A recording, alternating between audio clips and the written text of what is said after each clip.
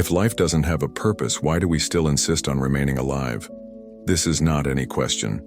It is the only question that really matters. Albert Camus does not start his philosophy with technical definitions, nor with formulas or systems. It starts with a punch in the stomach. There is only a truly serious philosophical problem: suicide. Camus is not just talking about the physical act of taking his own life, but something deeper. A philosophical suicide, the one that happens when we accept for convenience some idea that masks reality, an automatic faith, a ready ideology, a comfortable distraction. According to Camus, the human being has a natural tendency, seeking meaning, order. We want life to have a why, but the universe, in view of this, responds with a cold silence. This tension between the desperate search for meaning and the total absence of an objective response is what Camus calls the absurd. The absurd is not in the world itself, but in the collision between the human desire of clarity and the chaotic reality that surrounds us. And that's where the true philosophy begins. Not in metaphysics, not logic, but in the pain of existing without guarantees. Camus states, "In a universe suddenly devoid of illusions, man feels a stranger. His exile is without remedy, for he is deprived of the memory of a lost homeland or the hope of a promised land." The feeling of strangeness, of displacement, this is the true starting point. The question is not just what is life, but life, so is it worth living? And this question, so raw and without makeup, is where many divert. Instead of looking at it, they prefer the ready-made formulas. They prefer an inherited faith, an easy belief, an infinite distraction. But Camus invites us to something else, a direct confrontation with reality, without illusions, without promises of salvation, a radical lucidity. The philosophy of absurdity is not a call to withdrawal. On the contrary, it is the beginning of a conscious revolt, a refusal to accept easy answers, a cry of resistance before a universe that does not respond. This is the origin of absurd thinking, and the exact point where most do. But Camus follows, and invites us to follow him. Camus was not a nihilist.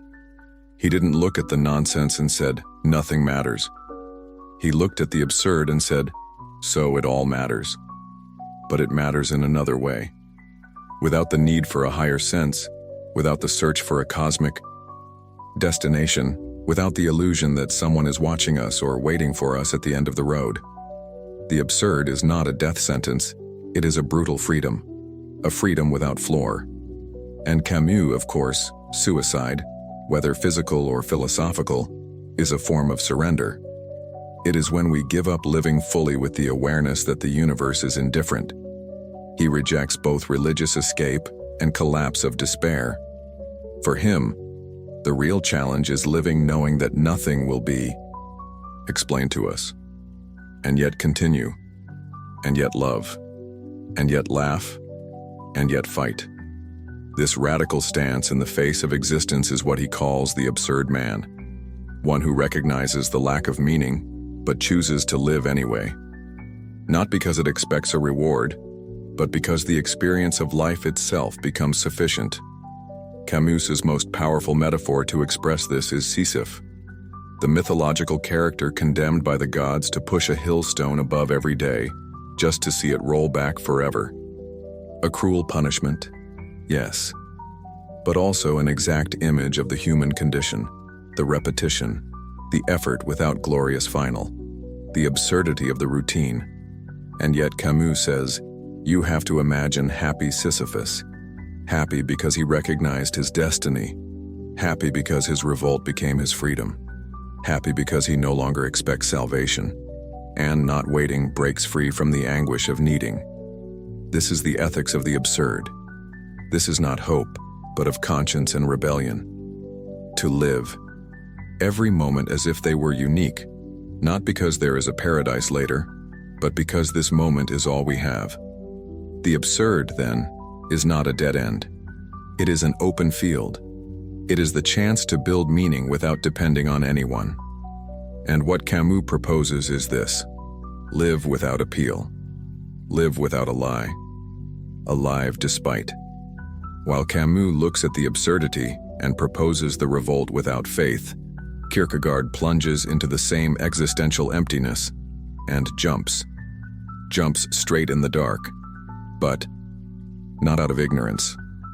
Kierkegaard sees the nonsense as clearly as Camus, and perhaps even more painfully. He feels the dizziness of existence, the weight of being alive, the anguish of being free. For him, freedom is an abyss. With each choice we make, we renounce infinite others. And it is precisely this awareness of infinity, what we might be and will never be, that generates the dizziness of freedom. He says, anguish is the dizziness of freedom. That is, the freer you are, the more terrified you can become, because now it all depends on you. We are, according to Kierkegaard, a synthesis between finite and infinity. Finite is reality, the limitations, the body, the time. Infinity is the imagination, dreams, the possibilities that open with each decision. We get lost in infinity when we fantasize what we might be, never acting. We live in the head, but not in reality.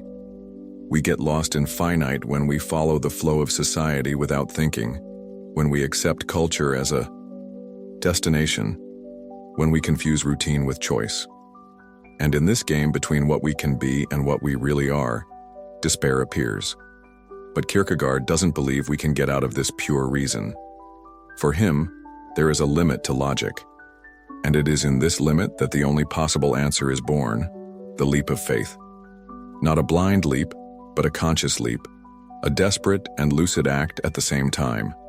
Jump toward the divine, not because you are sure, but because it is believed despite the doubt.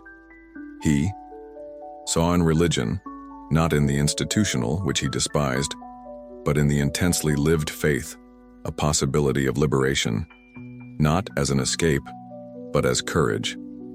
Camus would look at it and call philosophical suicide. Kierkegaard would answer, and what is the reason without the risk? While Camus refuses to give in to hope, Kierkegaard bets it all on her. Both are facing the same abyss.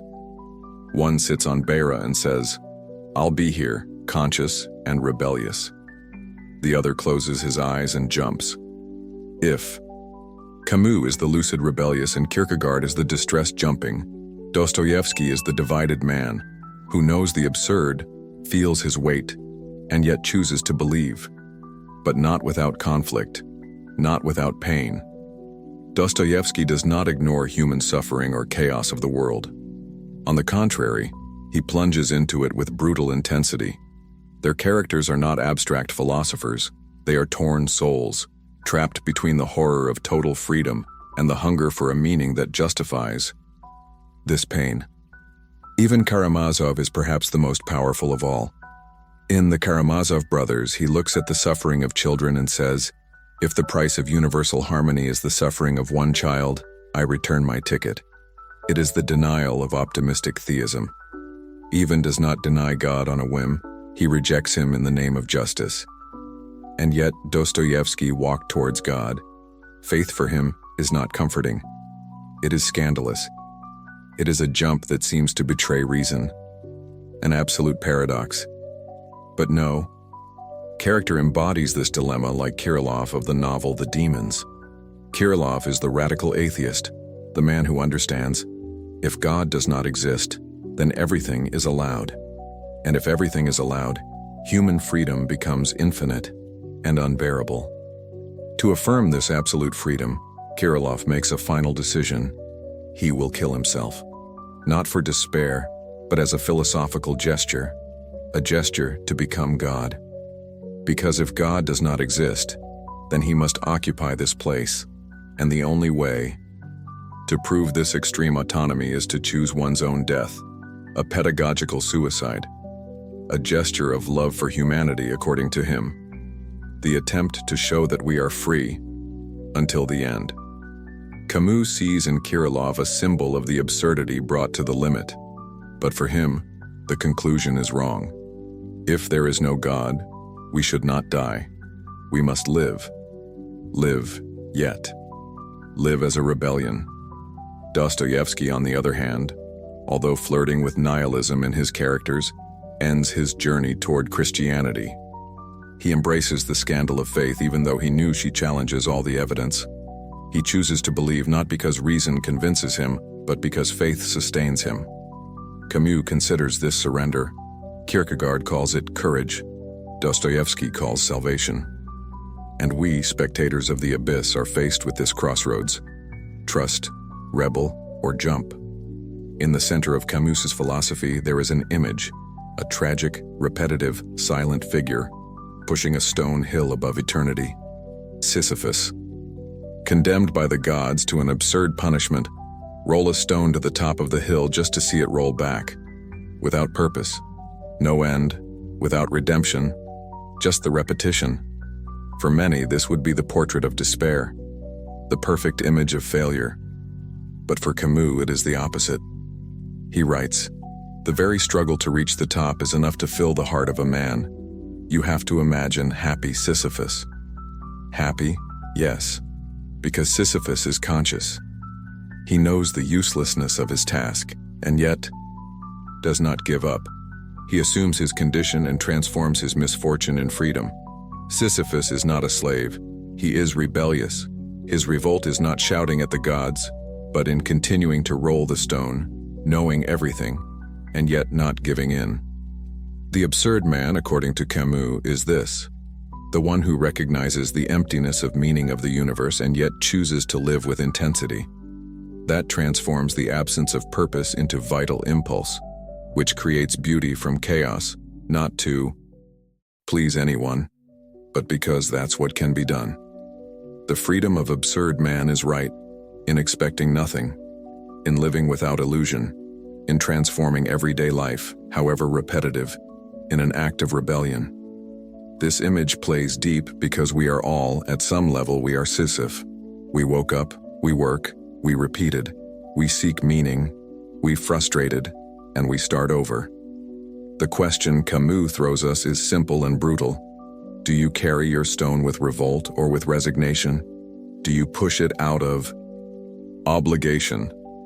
Or why you have decided that you will live even knowing that the top does not exist? Sisyphus myth is a metaphor of our condition, but it is also an invitation. Alive as if the absurd were a fuel, not a burden. Because perhaps there is nothing more human and braver than continuing, even when there is no answer. Camus does not offer comfort. He promises no salvation, no reward, no eternal life. What it offers is more difficult: freedom. But not romantic, idealized freedom. The real freedom. The freedom of who knows that it is alone, that it will not be saved, that it will have no ready answers. The freedom of those who have seen the nonsense and chose to continue.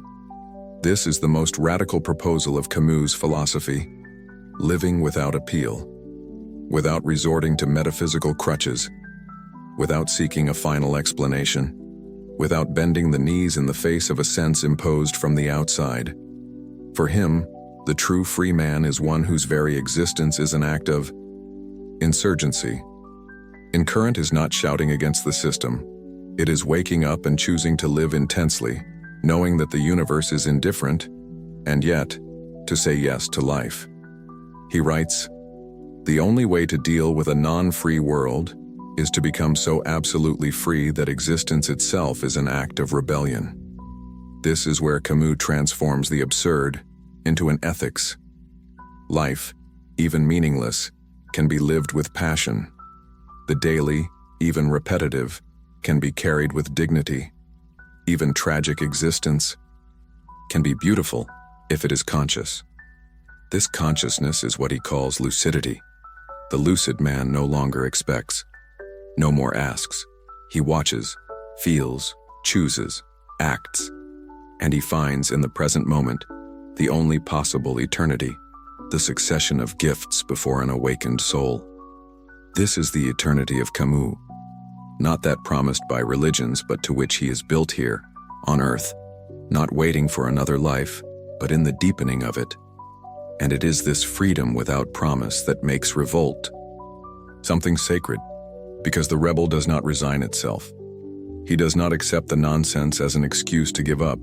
It turns it into raw material to create a subjective, personal, lived meaning. It is this kind of freedom that scares, because it does not protect, does not console. But at the same time, it is the only one that really belongs to us. There are times when philosophy seems distant, beautiful in ideas, but ineffective in the face of the raw pain of reality. Moments when absurdity is not a theory, but an overwhelming presence. It was in this kind of moment that he lived, Cousin Levi, survivor of Auschwitz. A man who experienced the absurd in its most radical form, the concentration camp. There was no place to meaning. There was no redemption. Only the routine of death, the wait for execution, the systematic annihilation of human dignity. And yet, or precisely for that, Levi did not give in. He writes, "I entered the field as a non-believer, and as a non-believer I was released." But there was a moment.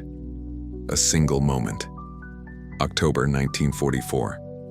Naked, surrounded by other naked men, all waiting for a look that would decide who would work, and who would be driven directly to the gas chamber.